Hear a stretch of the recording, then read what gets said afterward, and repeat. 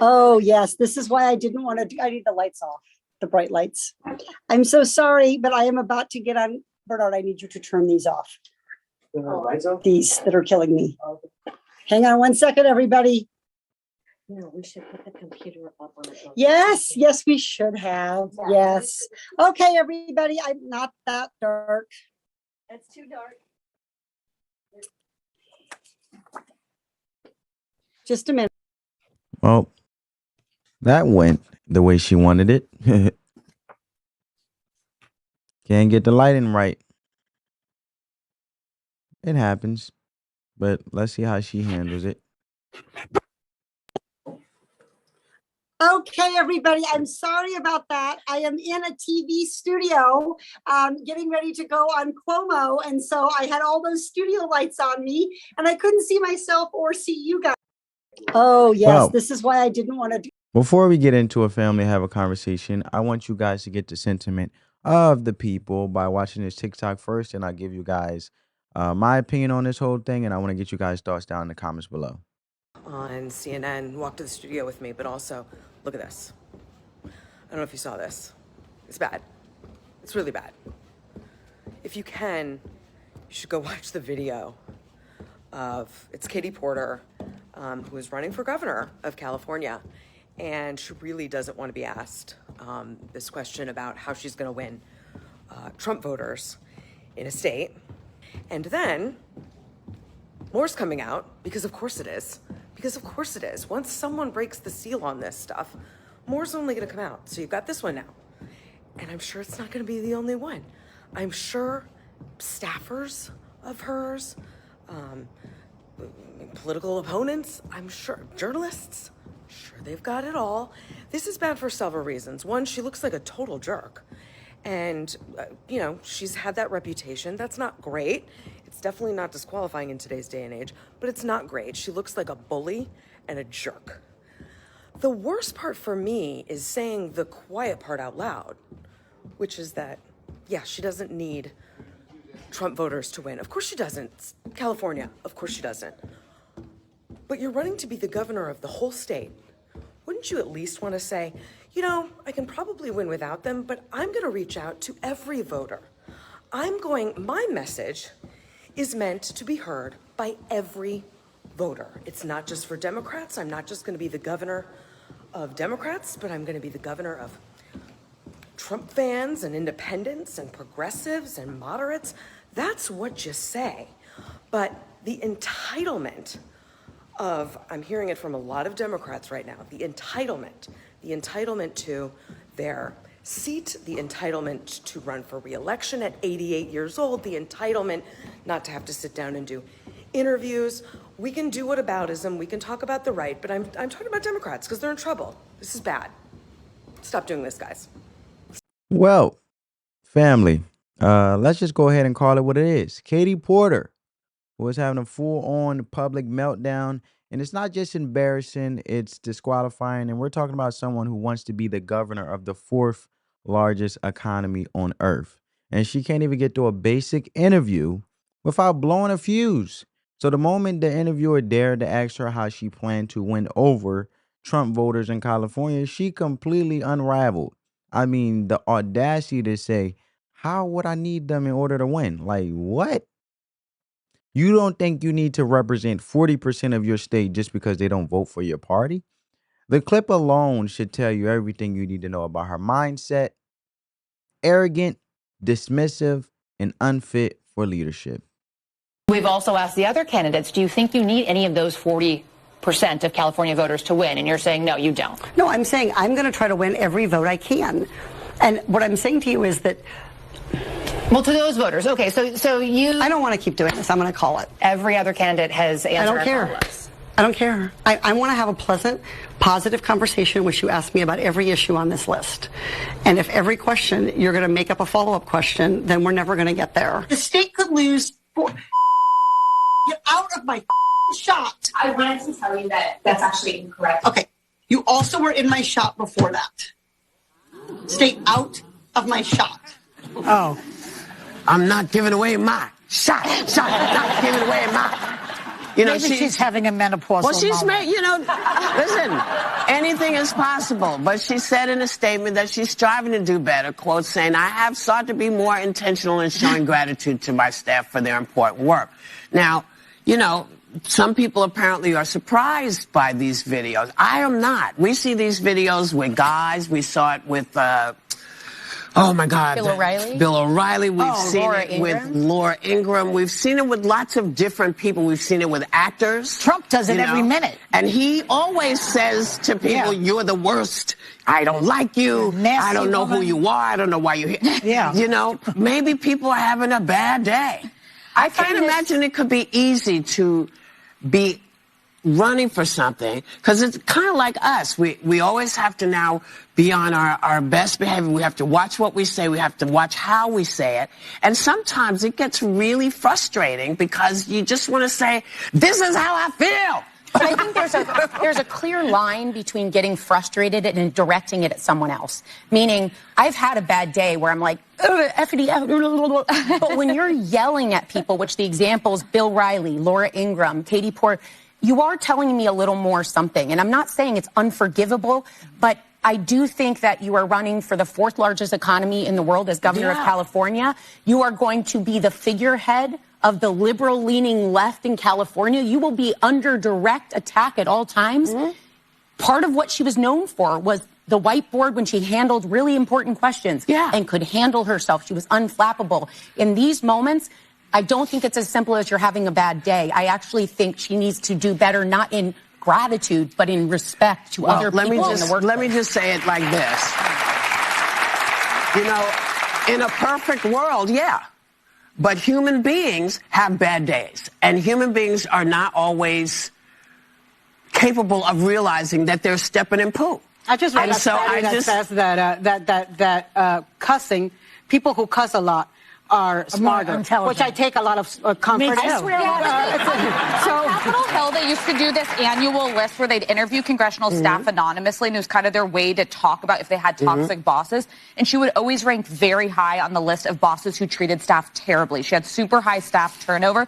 And to me, that matters. How you treat people who are working around the clock for low pay for you says a lot about you. We've all had bad days. People can find me being rude. But also, that was a journalist asking totally fair questions, doing her job. If you can't answer those questions, you shouldn't be governor. And she, by the way, she did sit through the rest of the interview and eventually finished it. But that is the job to represent 39 million people in my So home how state. come every time Trump has a meltdown, his popularity increases? He's a very unique force in America. And look, the backlash wasn't just from conservatives, right? Liberals, and I mean mainstream MSNBC watching liberals were actually turning on her. That's how bad it was. The interview went viral, not because it was shocking to hear a Democrat say they don't care about Trump voters. We already knew that, but because she said it out loud. She said the quiet part out loud. And when you do that, the floodgates open. Now you got more clips, you got more stories, you got more footage of Katie Porter acting like an angry, unhinged bully. And people are digging up old interviews, old staff encounters, and none of it looks good. It all points to one thing. This woman has she has serious anger issues, and she cannot handle pressure, okay? And what's even crazier is how many staffers are now coming forward, or at least how many are being talked about, saying that she was miserable to work for, screaming at people, raging during interviews, treating her staff like garbage. And now we're even hearing that she's being accused of domestic violence by her ex-husband. And that's right, domestic violence. I said it. Mind blowing to me too. And when you start piecing it all together, the outburst, the staff turnover, the footage of her yelling at people for being in her camera shot, it actually starts to make sense that this isn't just one isolated incident. This is a pattern, a real one. But here's the wild part. She still thinks she's the victim. That's the progressive playbook. Flip out, treat people like trash, get caught on camera, and then play gender double standard card. Would people be saying this if she were a man? They ask. Yes, absolutely yes. If a man acted like this, he'll be dragged through the mud too. The only reason this is being framed as controversial is because Democrats can't decide whether to cancel her or protect her. And if you're going to run for governor and be the face of progressive politics, You better be able to hold yourself together during a soft interview. She couldn't even do that. Let's be real. This woman snapped because someone asked her about Trump voters. That's it. A completely fair question. And she couldn't take it. She lost control. That's not strong leadership. That's not even adult behavior. That's emotional instability. And she ended the interview with, I'm going to call it, because she don't like the follow-up questions. Meanwhile, every other candidate answered the same question without crying or quitting, and you can't handle an interview but you want to run for California? Make it make sense. Election races are heating up, from a contentious New Jersey gubernatorial debate last night to a now viral interview. That TV interview with former Democratic Congresswoman Katie Porter, who's running for California governor. What do you say to the 40% of California voters who you'll need in order to win, who voted for Trump? How would I need them in order to win, man? We've also asked the other candidates, do you think you need any of those 40% of California voters to win? And you're saying, no, you don't. No, I'm saying I'm going to try to win every vote I can. And what I'm saying to you is that... Well, to those voters. Okay, so you... I don't want to keep doing this. I'm going to call it. Okay. Thank you. You're not going to do the interview with us? Nope, not like this. I'm not. Not with 7 follow-ups to every single question you ask. Every other candidate has answered. I don't care. I don't care. I am an investigative reporter. I have never had to do this before, ever. You've never had to have a conversation with to end a an reporter? interview. Okay, but every other candidate has done this. What part of I'm me? I'm running for governor because I'm a leader. So I am going to make... So you're not going to answer questions from reporters? I don't want to have an unhappy experience with you. And I don't want this all on camera. Let's bring in Tara Setmayer, former GOP communications director and co-founder and CEO of the Seneca Project. Here in studio, Julie Roginski, Democratic strategist and author of the Salty Politics newsletter on Substack. Conventional wisdom, Julie, is that one viral moment can change the trajectory of a campaign. Is that one of those moments? It's not a good look. And as somebody who runs a nonprofit dedicated to good workplace behavior, that's not modeling good behavior. It's not a workplace issue, but she does have workplace behavior issues, according to former staffers. Look, why can't we just treat people with respect? You don't have to emulate Donald Trump at everything. You don't have to sit there and treat a reporter who's doing her job like she works for you. She doesn't, right? You're a journalist. You get to ask whatever questions you want. I'm not going to rip my mic off if I don't like your follow-up questions. The reality is, if you don't want to do it, just don't do the interview. But if you've committed, you've got to do it. It shows that she's not into transparency. It shows that she's not into respect. It shows that she's not up to the task of governing a state of millions and millions of people. Wow, you go that far. I do. Listen, I don't know where her policies are. I'm not from California. I don't pay much attention to California. But I do pay attention to something like this. And if somebody is going to treat a fellow constituent this way, maybe this is not the job for them. Tara, once a viral moment happens, people go digging, right? And Politico has just released a video of Porter kind of tearing into a staffer during an interview she did 4 years ago. Take a listen to that. We're going to lose more than 500,000 Californians dying prematurely to air pollution and other problems. And the state could lose... Get out of my shot. You also were in my shot before that. Stay out of my shot. Okay, I'm going to start again. Look, it's uncomfortable to watch, as was the first one. But here's my question. Would the reaction be different if the candidate was a man? Is there still a double standard for women in politics, or is this just bad? Well, first, let me say that as a former Hill staffer, no one should ever be treated that way. I was fortunate enough to never be treated like that on the Hill, but these are not rare occurrences. You hear about this all the time, how members mistreat their staff, and there's a reputation around the Hill and people find out about it. I think it's bad all the way around, and people need to be responsible for their own behavior. Now, is there a double standard? Are women treated differently? Absolutely. All you have to do is look at how Hillary Clinton was treated when she ran for president versus Donald Trump. Look at how Kamala Harris was treated last year against Donald Trump. Look at the way the media treats people in the administration, like Stephen Miller, who can have a meltdown on television, or Donald Trump threatening people constantly, or Tom Homan, the ICE czar, the border czar, and the nasty things he says. Go down the list of men who behave badly, but are seemingly rewarded for that with more power. But the truth is, the media isn't just upset about her tone. They're finally realizing what conservatives have been saying for years, that Katie Porter is not some rational, steady intellectual. She's a radical, and not just policy-wise, but temper temperamentally. She's angry, impulsive, and drunk on her own self-importance. And she treats staff like they're beneath her. And she talks to reporters like they owe her something. And she's the kind of person who thinks because she's right, she's allowed to be rude, nasty, and condescending. And we haven't even gotten to the policy side of things because Katie Porter is the type of liberal that she believes that the type of liberal that individuals love that are extreme radical left, right? She's aggressively embraced the most radical parts of the progressive agenda. And in one interview, she actually told a story about her 12-year-old daughter.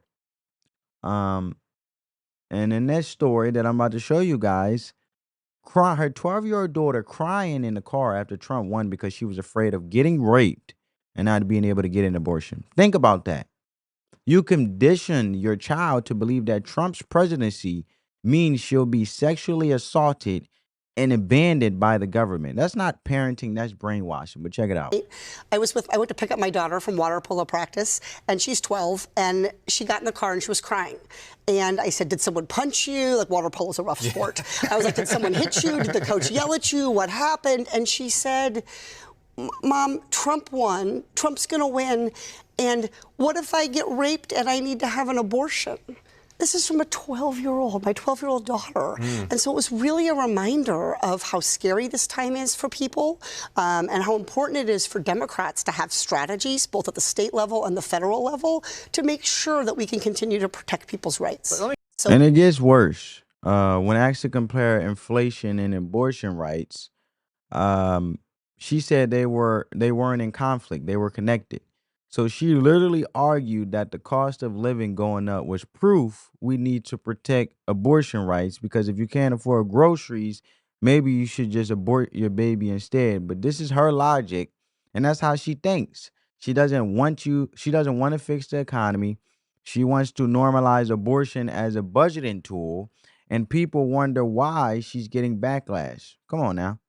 President Biden has said that inflation is the #1 priority for the Biden White House to try to get under control right now. As you're out there in California talking to constituents during this re-election year for Congress, how does inflation compare to this newly important, in the sense of the Supreme Court decision pending, abortion issue? How do those two issues compare? Well, I don't think they compare. I think they actually reinforce each other. So the fact that things like inflation can happen and it can become more expensive to feed your kids and to fuel your car is exactly why people need to be able to be in charge of how many mouths they're going to have to feed. So I think the fact that we're seeing this jump in expenses, that we're seeing people having to pay more in the grocery store, pay more at the pump, pay more for housing, is a reason that people are saying, I need to be able to make my own decisions about when and if to start a family. So I don't think we're going to see them. I don't think it's like about comparing them or contrasting them. I think they reinforce for people just how big of a responsibility it is to take care of a family. All right. So now she's out here championing the rights of schools to hide kids' gender transitions from their own parents. She stands up and she says she relies on public schools to raise her kids, and she wants schools to protect kids from their own families. And that's what we're dealing with here. Someone who doesn't just support progressive values, but who genuinely believes the government should replace the family. And despite all this insanity, despite the meltdowns and the bad optics, there's still a real chance she wins. Because in California, being loud, radical, and angry doesn't hurt you, it helps you. And honestly, the most terrifying part is this whole situation might actually boost her chances in a Democrat primary. And I want you guys to see in regards of her speaking on what she have done about cutting the red tape and helping Orange County families, as you guys can see in the comments below, which are wild, in regards of her and what she's doing. But you have someone saying, but you still supported having biological men, transgender women compete against biological women. So you and your fellow Democrats had lost my vote. So you get the sentiment of people, but check what she had to say in regards to this matter.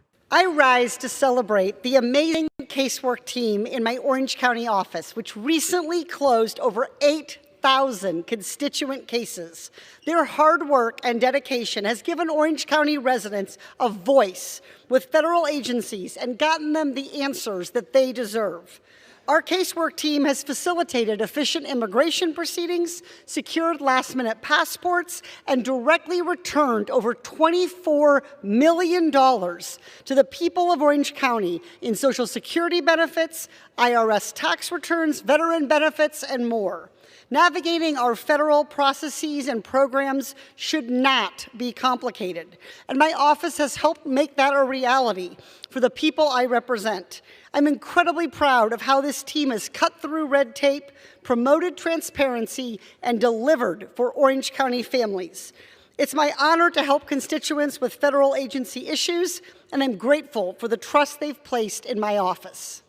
Well, there you guys have it, right? So because Democrats, they don't want leaders anymore. They want warriors. They want someone who's angry, unstable, irrational. And as long as she's angry at the right people, Katie Porter is the angry woman. They're progressive Trump. They're the queen of resistance. And as long as she rages in the right direction, they'll forgive her for anything. But make no mistake, this woman is not a leader. She's a ticking time bomb in yoga pants with a whiteboard. And California deserves a hell of a lot better. But let me know what you guys think down in the comments below. Hope you guys enjoyed this video and got some value from this video. I'll catch you in the next one. Peace.